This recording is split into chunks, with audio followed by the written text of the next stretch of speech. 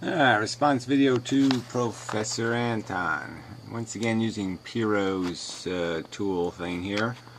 So I got some clips of pertinent points, and so we'll see how it goes. And it began with the dialogue question of, can you separate psychology from philosophy? Or can you separate out a person's psychology from their notion of truth? Or the truth as it is that... Yeah, I thought it was a good subject. That's why I should bring it up in our dialogue. And I guess it's a kind of a complicated subject, but you know, in a way, I think it's kind of simple. I mean, I'm just going to argue that we do have the capacity to do math, so to speak, to do logic, and that is different than our subjective side, which gives us an emotion. Like you could hate somebody, and they could be on trial, and you could really want them to lose, but then when you hear the evidence and you say, nah, the evidence just isn't there, and so you say, yeah, you can't convict him, even though I hate him and I want him convicted because he's an idiot. I don't want him convicted on bad evidence because it's not fair, it's not logical, it's not right. So I'm just saying we can overcome that bias, and it just depends on how much discipline we apply. So I would sort of advocate for the Mr. Spock style character, some sort of human that at least makes the effort, okay, to be better, to do better when it comes to those important things. Now, in your kitchen or in your bedroom or even in your backyard, okay, you don't need to be logical, you don't need to be fair, you don't need to be objective, you don't need to be any of that crap. But when you're going to talk philosophy or you're going to get into the arena politically or some other way, then it's time to be fair. It's time to honor the truth of the circumstance and give credence, give respect to things you're not going to like, truths you're not going to like. That's just the obligation, and I think we can do it. And I think we can point out the corruptions and the tendencies in each other. And I would argue that there's a lot of evidence that human psychology tends to want to find a justification for itself, and that the bias is definitely going to be in the defense of life and humanity, and a counter bias, you know, by definition almost seems impossible. You would have to have substantial evidence to turn on life. You'd have to have substantial cause to do that. Yeah. It seemed to me that you can't have it both ways. And I think there has been, in some of the antinatalist debate, there's been attempts of people wanting it both ways. That is, I've heard people in the antinatalist position, and I want to hear people really not just poo-fling. I want to hear people actually address this as an argument. Right? I mean, I would love to see that. I was so inspired by the skeptical... Yeah, I was going to say skeptical heretic. I think the racism debate with wacky federalist, whatever, crazy fuck, Stodels. You know, but what's the point? I mean, it's a silly argument anyway. You could probably find greater difference between men and women than you're going to find between whites and blacks in terms of their internal biology, psychology, hormones, all that kind of crap. So, I mean, it's just kind of nonsensical. This whole IQ thing is just such bullshit, because even if there was a difference, it's a small enough difference it doesn't matter. And it's just bullshit. It's a waste of time. Strengths, weaknesses, yeah, that's the way humans come out. They got strengths and weaknesses, individual ones. Fuck all this bullshit. So anyway, so I don't see much use in that debate, to tell you the truth. It just gives a platform to a lot of wacky bullshit. And on both sides, I mean, citing statistical analyses and evidence and what do we call research, you know, based on 30 kids. I mean, that is kind of bogus. A sampling of 30 people? No, I don't think so. I don't think that's good enough. Anyway, back to this conversation. Look, there's the texture of life is what we're talking about, the value texture of it, and that's something we sense, we experience these experiences. Now, I think we probably have semi-common understandings of certain things. I mean, maybe, maybe you've had it easier than me or something. I don't know, or maybe not. It does. I guess that would be irrelevant anyway, because there's people who've had it profoundly horrible, and yet they can be very driven to live. Now, what drives them, though, is the key element here. Is it psychology that drives them, or is it rationality that drives them? Are they driven by their addiction, their attachment, their fear, their ego? That would be my argument, is that the drive is all psychological. Let's have the conversation about what life is. What kind of game is it? What kind of maze game is it? Let's describe the maze. Let's climb out of the game, look at it, and say, can anything really be made out of this? I mean, don't most of our glories have to do with smiting something or defeating something, being the best at something, which always means making more losers than winners? I mean, aren't we structurally built to gain our satisfaction in this pretty crude method and way? And is it realistic to think that we're going to gain it some other way? And if we do, won't that just be a contrivance and patently sort of a cheat? And even if you could acquire it, like I said, would that be worth it? Just to create a ball of brain that said happy, happy, happy, happy, happy, happy, happy, happy, happy, happy, happy, happy, happy. I mean, what's the point in that? So I'm just saying, yeah, let's talk about it clinically. Let's try to have a clinical conversation. But you're not going to do that, because you're going to start talking about spirit and myth and hokum and pokum. Or that, if you're gloomy, doomy, and depressed, you're an antinatalist. No, that's not the point at all. The point is that if you, as an antinatalist, try to claim that the only reason people aren't seeing the fact of the matter is because they're deluded and their psychology is rationalizing the emotional investments they already have into the world, and that's what's preventing them from understanding this truth, well, you can't rely upon a claim that people are psychologically deluded and then... Why not? Yeah, I don't see any problem with doing that at all. I mean, we know religious people are psychologically deluded. We know they do silly, stupid things in defense of a silly, stupid book, merely because it's become part of who they are. And it's like a football team or a baseball team, and they'll, it doesn't matter how many of their players rape how many women, doesn't matter how much crap they do or whatever, they're going to forgive them and say, it's okay, it's our guys, blah, blah. We know all that psychology. I mean, that's just so obvious. And there is so much of that going on in this conversation, because people just aren't going to accept that nature is flawed, that the mechanism that they're caught up in is bullshit. They don't want to hear that, because that sort of just takes the fun out of it, right? I mean, if you start calculating the fact that your life is just, no matter where you step, you're stepping in shit, you're crushing, you hear the little crunchy sounds wherever you go, whatever you do, and that it's just perpetual, it's just a perpetual game of carnage, king of the mountain bullshit, a silly game that I would argue only an imbecile can play, like tic-tac-toe. Only an imbecile can find it fascinating and interesting and compelling to play a game they know that has no rational conclusion for anything with a little bit of brains. A huge psychological import here, and it comes largely from the antinatalists. Antinatalists keep saying, I've heard it on more than one occasion, that this is part of the problem with suicide, this is part of the issue of imposition. I mean, these are really sort of psychological terms. Yeah, I'm sorry. I just don't get... I mean, suicide is definitely psychological, but again, aren't we arguing about the fact that if you're in the zoo and you learn that you're in a zoo, it changes everything. It changes your whole way of looking at it. So again, if you know it's a trick, if you know it's magic, if you know how the guy did the trick, the magic loses its magic. And that's sort of what we're caught up in here, is that, once you see what's beyond the veneers of your DNA conditioned biological structural comfort with the crap, once you understand that comfort is a contrivance of a DNA molecule, yeah, it's sort of, you can't be fooled anymore.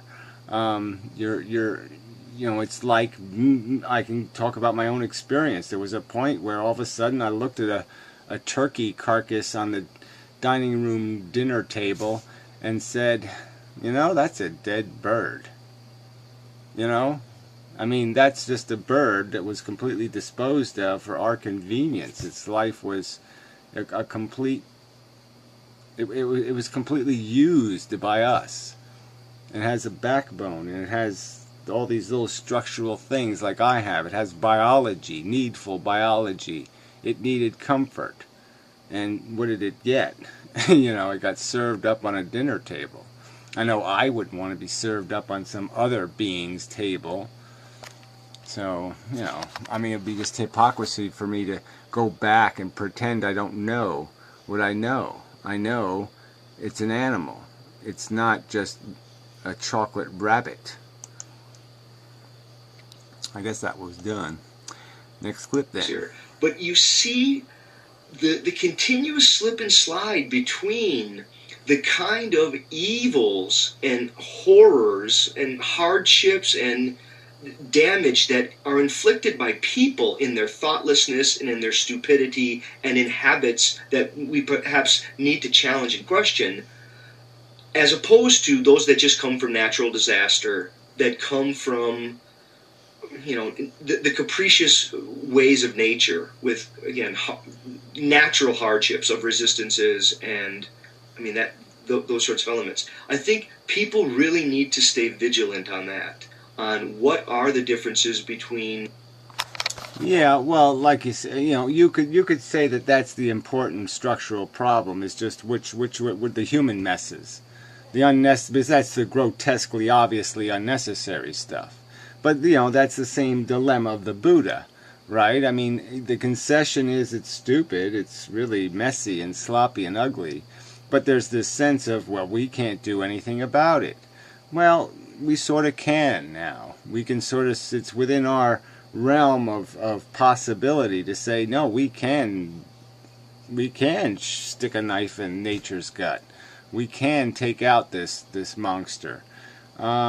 And so it's on the table now. It can't be just left as, well, we have to accept whatever it does because it's Goliath and there's nobody to fight Goliath. So whatever Goliath does, we have to deal with. And we'll just pay attention to making sure Davy doesn't divorce his wife and making sure he doesn't molest his kids and making sure he doesn't do all this other little slop. But, well, we'll let whatever Goliath is going to do, let Goliath do whatever it's going to do because it's Goliath and nobody's willing to throw a rock at him. Well, fuck it. I'm willing to throw a rock. With Becker. Becker's most significant insight was that the bulk of the violence that humans engage in comes not from an animal venting its aggression. It's somehow part of an organism who is yearning for identity, and identity and meaning get sort of knotted together there, and you get forms of racism, forms of nationalism, forms of ridiculous wealth accumulation. Yeah, well, it's another argument of the same argument style, but that part of our nature, I don't think you're going to overcome easily, because part of extracting that greed or selfishness and taking of too much is part of what makes us play the game. That is part of why we keep hitting the spokes in the wheel, is we're chasing something better.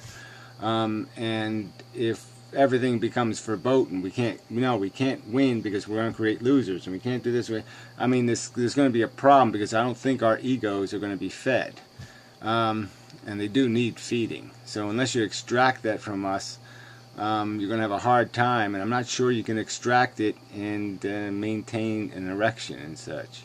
I think you're going to lose a lot if you try to pull that out, try to cut our nuts off, so to speak. Yeah. Resources there.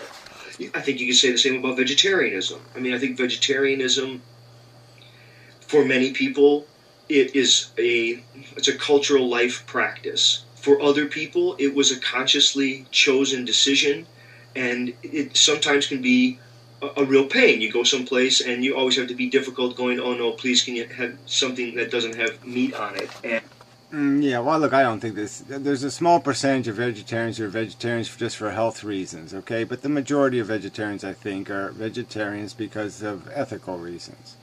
And yeah, either way, people are going to compromise their lifestyle for a good, okay? Whether it's their own health or whether it's the health of the sentience they don't want to be part of brutalizing. I mean, there is a fatality to this whole thing. I mean, there's, like I said, it's a small, you're pulling one thorn out of one tiger's paw in a sea of, horror.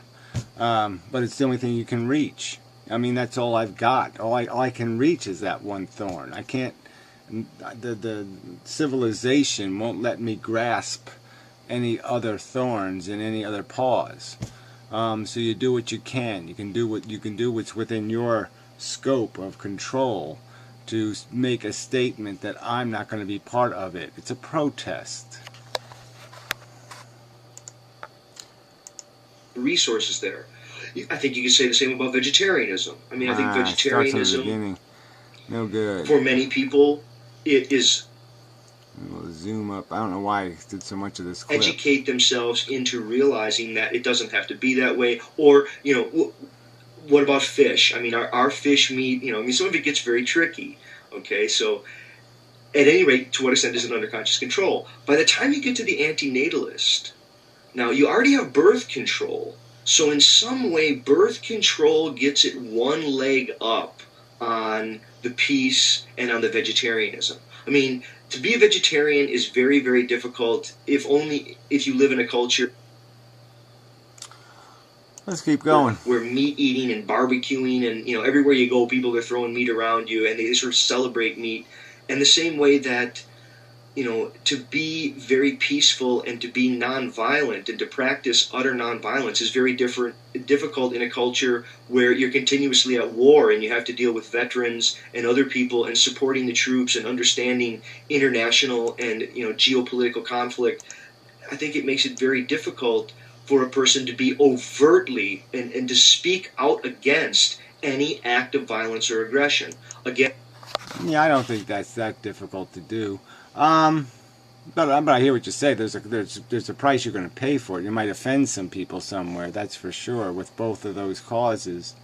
And you're going to offend people with antinatalism. But we'll let you finish the point. Incarcerations. I mean, the ridiculous laws in the U.S. I mean, we're kind of the land of the incarcerated, and there's a great amount of violence that's being brought to people in lower economic situations.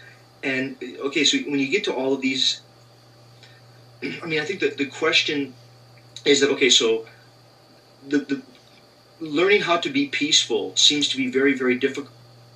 Well, anyway, somewhere in here he basically just says he thinks those two things are doable, but antinatalism isn't. And my argument is that it's not any more different. All you got to do is create incentives. So, I mean, if tomorrow you made people pay the real price of having kids, like they had to pay the 10 grand a year to educate them, and we forced them to do it right, okay? They couldn't have kids and mistreat them, just like you're not allowed to own a dog and mistreat it. You wouldn't be allowed to have kids and not finance their education and not provide health care and not give them a nurturing environment and all that kind of crap. And so if we took away these subsidies, I'm sure there'd be a lot of people who would say, I'm not going to have kids because it's just too damn expensive and I have to compromise too much of my welfare to have these children. And so, yeah, quit subsidizing and then you'll have less of it. And I think just rationally, though, the argument can win if people are exposed to it. But they're not. The peace movement has more exposure. Vegetarianism doesn't have much exposure, but it's getting some. As much as people hate PETA, at least they do some advertising. They do push the subject into the face a little. But yeah, I mean, antinatalism obviously doesn't get pushed in anybody's face yet. So give it some time, and I think people can get the argument that yeah, if they really think about what they're doing, they're not qualified. They don't have any clue how to control this human experiment. To be the least likely to be possible. Yeah, I mean, I think it's just as a possibility, it's So he's saying it's the least likely thing to get accomplished. And I'll just argue that it's all a matter of pop psychology. I mean, it's all a matter of this thing. You know that once something gains a little bit of momentum and the ball starts rolling, the masses just are sheeple, and you just load them into the truck. Okay, so you get a couple of famous whatevers. You get the high profile people start talking about it or say something good about it or defend it. It could be an interesting conversation. So I just don't buy the argument. And obviously subjects like peace have been around a long time, and we really don't have any evidence that argument's been made very well. Because there's an awful lot of people that are perfectly comfortable with not doing the peace thing. I mean, there's a lot of energy. George Bush got elected the second time after lying. I mean, damn. Come on. Yes, it'll be very difficult. By the time you get to antinatalism, it almost, not only is there just so much biological drive toward it, and it seems so outside of what people could consciously control. It's just sort of like habit and practice, in the same way that, the non-aggression, you'd have to sort of institute that, and the way you have to institute vegetarianism, you'd have to really institute something beyond birth control. But the problem is that yeah, well, whatever. Like I said, just incentives are not that hard to provide. And the subsidies. Just stop subsidizing and see what happens to it. It's like with religion. Stop subsidizing. See what happens to it. So, I just don't buy this argument. I don't think it's that hard to sell. I think it's a solid argument that can be made. More solid than perhaps, certainly than peace, because peace is complicated because there's bad guys out there. And, and the vegetarian argument is basically the anti-natalist argument. I mean, they come from the same root. And it doesn't mean that, the world's a horrible place and all this kind of stuff. No, it's a mix and it's a balance. The thing to stay vigilant. Yeah, well, whatever. That's just, you just pulled that out of nowhere. It's a mix and it's a balance. So you're saying it somehow works all out, and something's balancing how much pain and suffering there is for how much whatever rinky-dinky satisfactions there are. And that's just pulled out of nowhere. You're just making it up. You're saying, 6 million Jews was the right number in the Holocaust, and 50 million people dying in World War II. Yeah, that was a good balanced number. Yeah, so that's the bad, and we'll put that over there. And Twinkies, pink Twinkies, with the frosting on them. Yeah, that was such a cool invention. That's at least worth 1 million Jews. And landing on the moon, I mean, come on. That's worth 10 million, 20 million Russians any day, right? Fucking Russians. Who cares about them? Commies. I mean, come on. And balance in nature. Come on.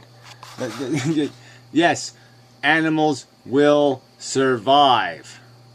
That doesn't mean it's balanced. It just means they will survive. And throughout history, most animals have been exterminated. They are extinct because of this balance.